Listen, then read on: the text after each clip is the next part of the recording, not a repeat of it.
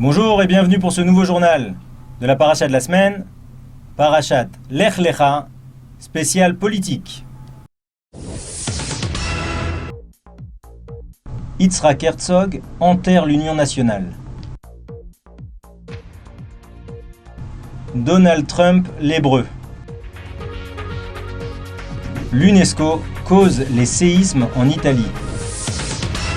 Comme nous le disions, ce journal sera éminemment politique avec l'élection de Donald Trump, mais on a l'habitude de suivre l'ordre de la paracha de la semaine, et dans la paracha de la semaine, au démarrage, on a Abraham qui quitte son pays, Lech Lecha, quitte ton pays, quitte ta ville, arrache-toi à ce que tu es, à tes origines, à tes racines, et pour gagner la terre d'Eretz Israël.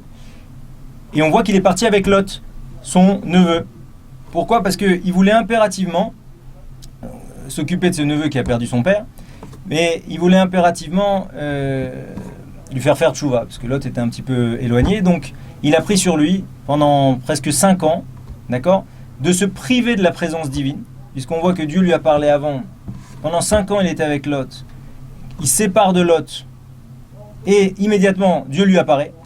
Donc il a préféré Avraham Avinu se séparer de la présence divine pour l'amour d'un juif, pour essayer de faire tchouva à un autre.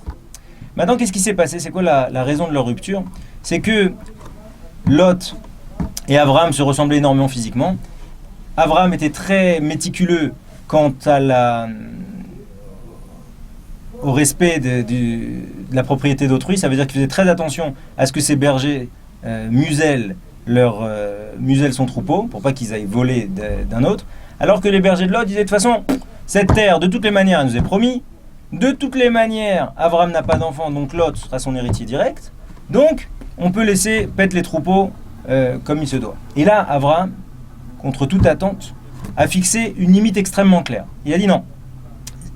Moi, qui représente la parole divine, au sens qui représente aujourd'hui le plus grand promoteur du Dieu qui a créé le ciel et la terre, on va m'associer en disant mais les troupeaux d'Abraham volent.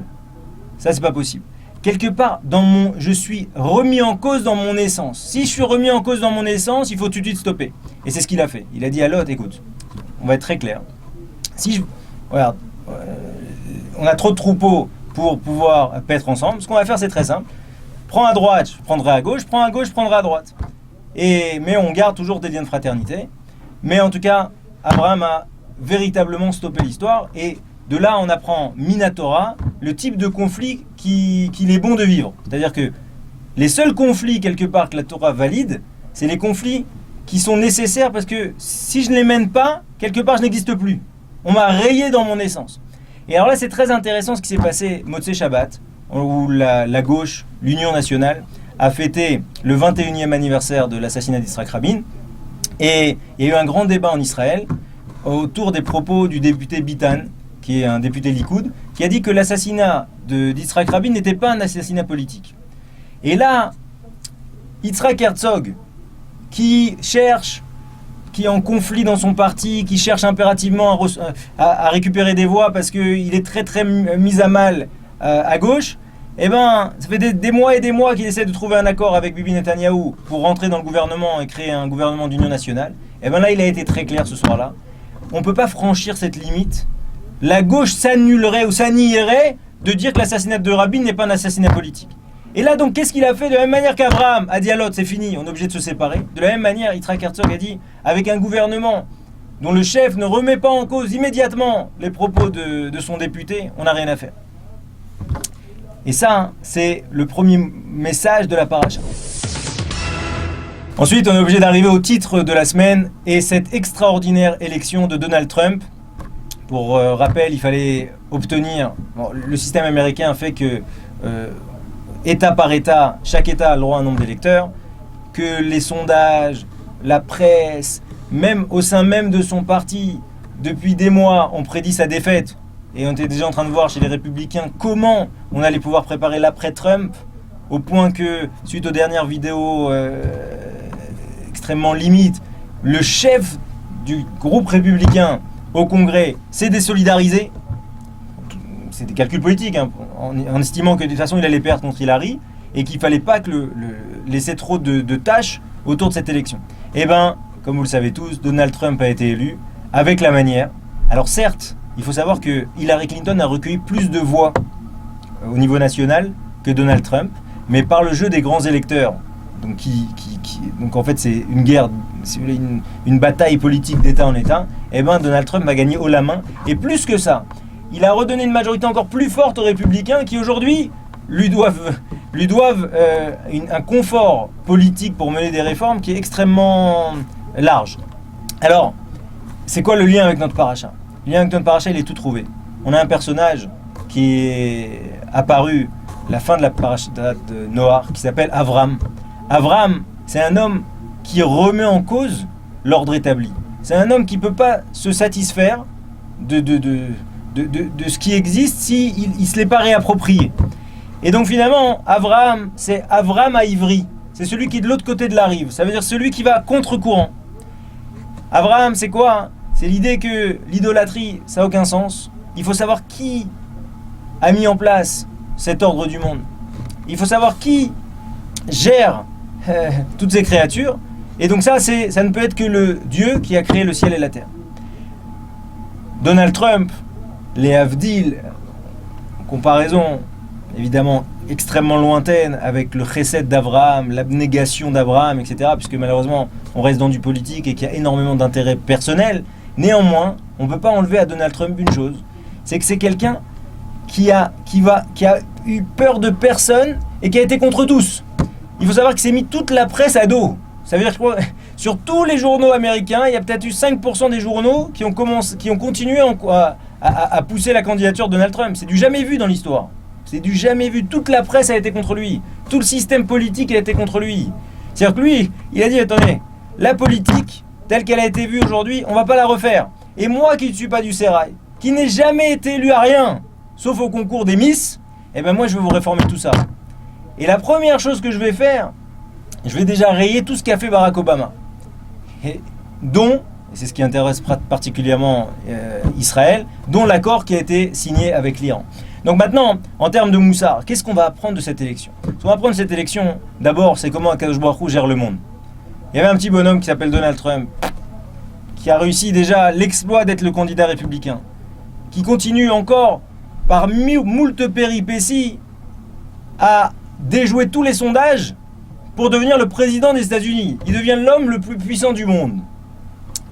Pourquoi ? Principalement, si on doit rester des choses terre à terre, parce que il y a un bonhomme en Russie, d'accord, il s'appelle Julien Assange, qui a hacké de nombreuses boîtes mail d'hommes politiques et qui, à la dernière semaine, a ressorti encore l'histoire des mails d'Hillary Clinton, à savoir qu'elle a envoyé d'une boîte privée des mails relevant de la sécurité nationale, alors même qu'elle était ministre des Affaires étrangères, enfin, une aberration, vraiment, et qu'elle a encore écrasé cette histoire. Et bien ça, les gens, ils n'ont pas pu tolérer ça. Ce qui est fou, c'est qu'en réalité, Donald Trump, il s'est construit sur les coups du destin. C'est-à-dire, on voit comment Akadosh Baruch Hu a mené tout ça pour le mettre aujourd'hui au pouvoir. Et on prie très très fort pour que ce soit une bonne chose pour les Juifs. À savoir, de voir si véritablement il va rester cet homme qui veut essayer de changer les choses, ou s'il va s'écraser, ou bien si... Parce que on sait très bien que l'écart entre une campagne électorale et la pratique dans les actes, il est très très souvent important. En tout cas, et c'est quand même assez fort, la première déclaration d'un de ses plus proches conseillers à la sécurité nationale, enfin qui va devenir a priori, qui va jouer un rôle important dans les affaires étrangères, première déclaration, c'est que les implantations ne sont pas un obstacle à la paix. C'est-à-dire que la méthode d'Obama de faire geler, d'écrabouiller les Israéliens pour recréer un climat de confiance et asseoir les deux parties à la table des négociations, c'est fini. Là maintenant, on ne fonctionne plus comme ça. Israël, c'est l'ami.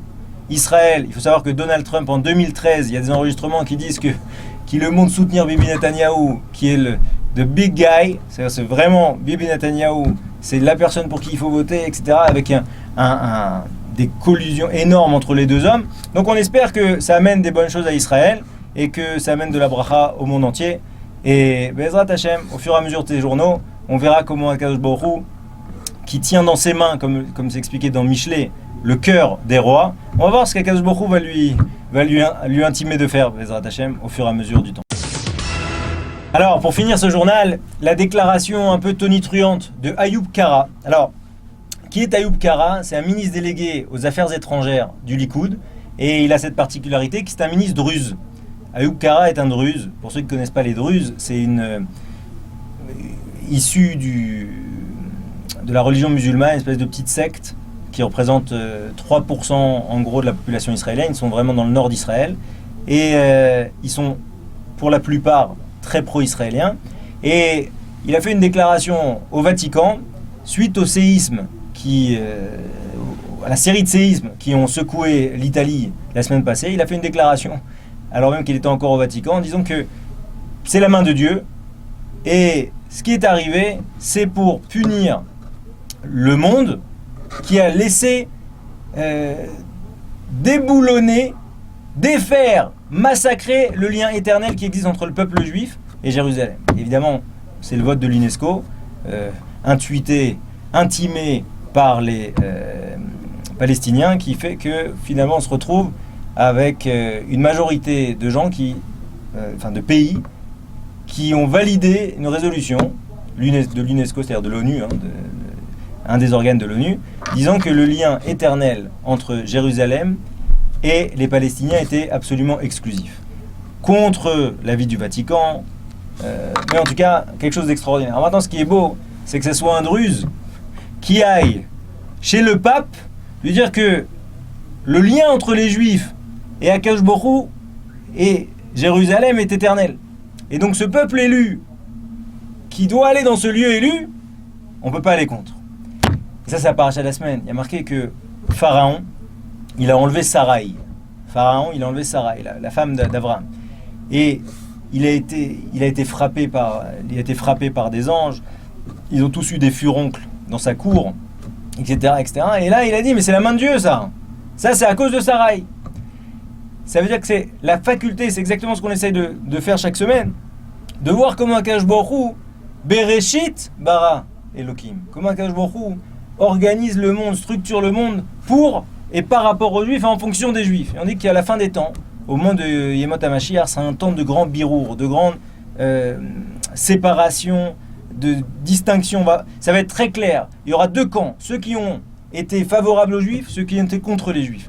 Et là, effectivement, on peut y arriver aujourd'hui.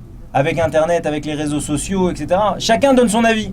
Et donc là, ça sera facile au moment de la fin des temps de dire, voilà, ceux-là, ils étaient dans ce camp, et ceux-là, ils étaient dans l'autre camp.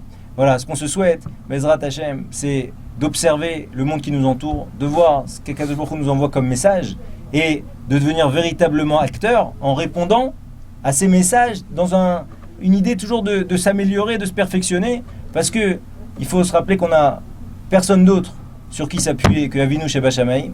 Pourquoi? Parce que c'est notre coach personnel à tous. C'est-à-dire chacun, il ne peut pas chercher un meilleur coach à travers les épreuves, à travers les bonheurs, à travers chaque chose qui lui arrive au niveau micro, donc au niveau de la personne et au niveau macroéconomique. On n'a jamais encore trouvé mieux que le maître du monde. Shabbat Shalom.